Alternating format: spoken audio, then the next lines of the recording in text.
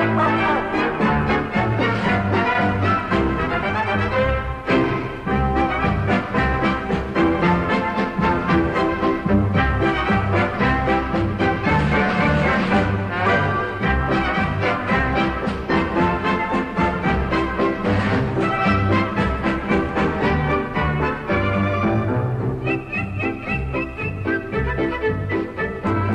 back, everybody. My name is Tim. This is another Real Ideal Gear review, and today we're looking at the SteelDive 1928, the SD1928. This is a field watch that has a very distinct homage-y feel to it.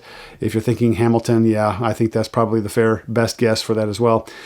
So this is definitely an homage, but they do a pretty good job with this watch. Less than $100, and Seiko movement. You've got, I think, a legible dial. You've got a great tool-looking style. You've got 200 meters of water resistance, a sapphire crystal. There's a lot of great things about this watch. So let's get into this watch and take a look at the 5 things we typically look at, which are size, fitment, finish, accuracy, and then legibility and lume.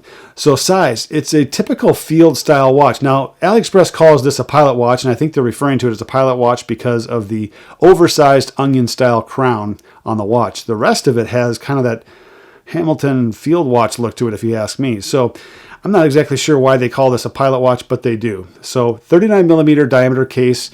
They have a 12 millimeter height off the wrist, and it's also 20 millimeters between the lugs where the straps are. So for me, this is kind of getting towards that chunky side as far as dimensions go. When you compare the 39 millimeters and the 12 millimeters, that starts to feel or maybe look a little bit more chunky. Not a huge deal, but you also have 200 meters of water resistance. And with that in mind, you have a watch that can really withstand the abuse of being a work watch.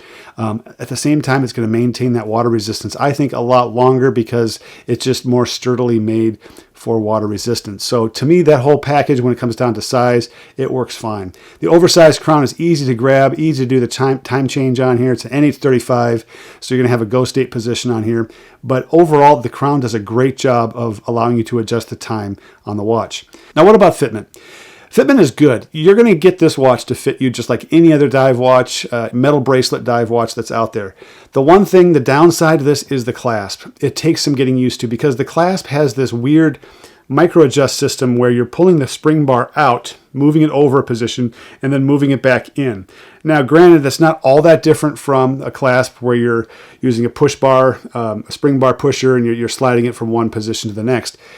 This one is just, I don't know, you just have to take the whole spring bar out. I'm not a fan of that. I don't think it's necessary. First of all, it's not necessary to have this clasp on here. This clasp looks like they were trying to throw on a Rolex-style clasp onto a field watch, the Hamilton homage.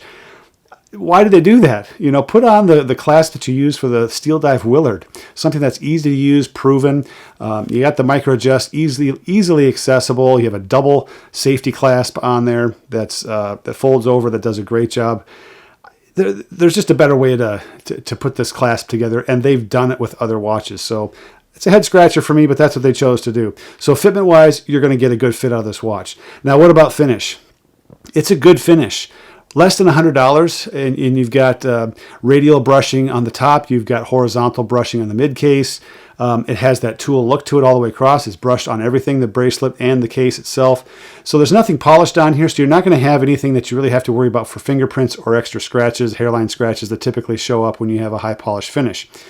Now, as far as the dial goes, the dial has that field style look to it. So pilot watch designation still doesn't make sense to me, but it has that Hamilton homage look to it. So the numbers are easily readable. You have the triangles above the numbers. You've got large minute markers all the way around the minute track, which adds something to this watch that I don't think is necessary, because I'm going to put up a picture here of the Baltony vintage chronograph.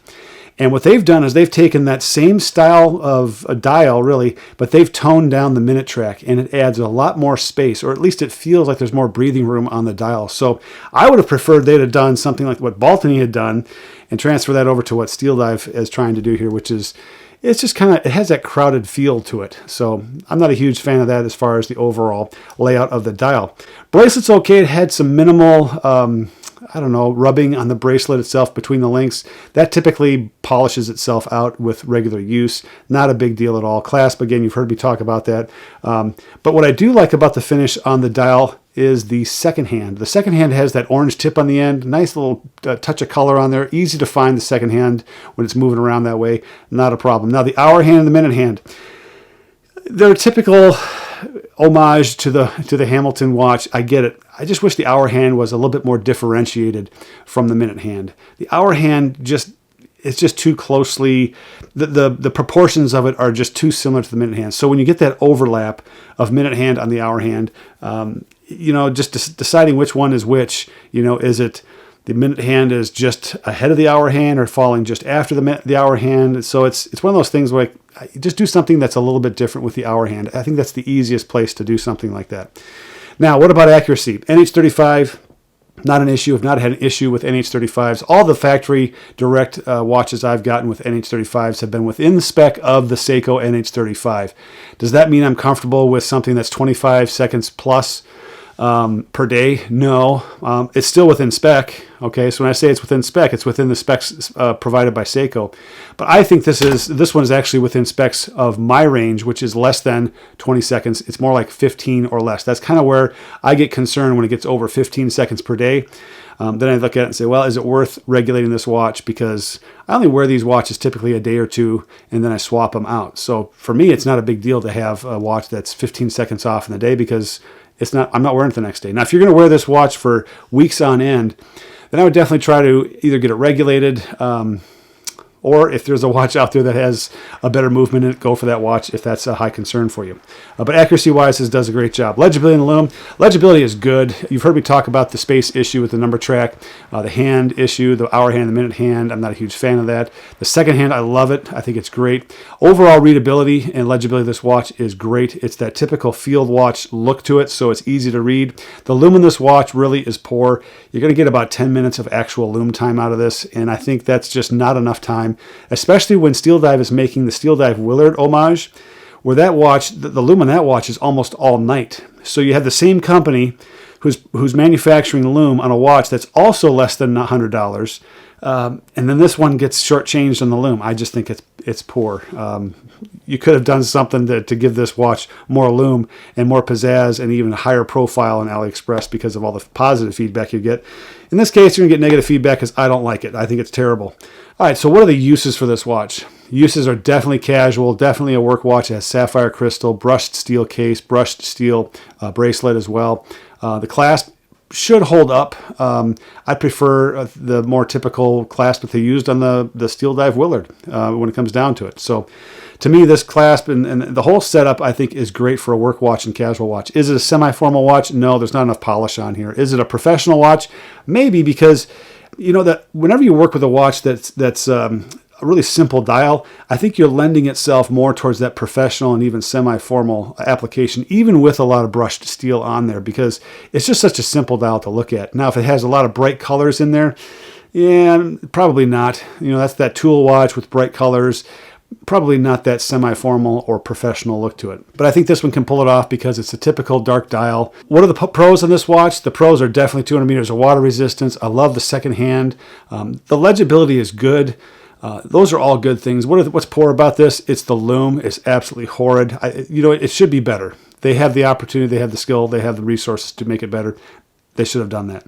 And the clasp. The clasp is just a waste of time. It's a waste of putting that clasp on there because it's a Frankenstein clasp. That clasp should not be on this style watch, if you ask me. That's a different style clasp for a different style watch altogether. That is that dressy dive watch style clasp. So anyway, the score for this watch is going to be a 9.4 out of 10.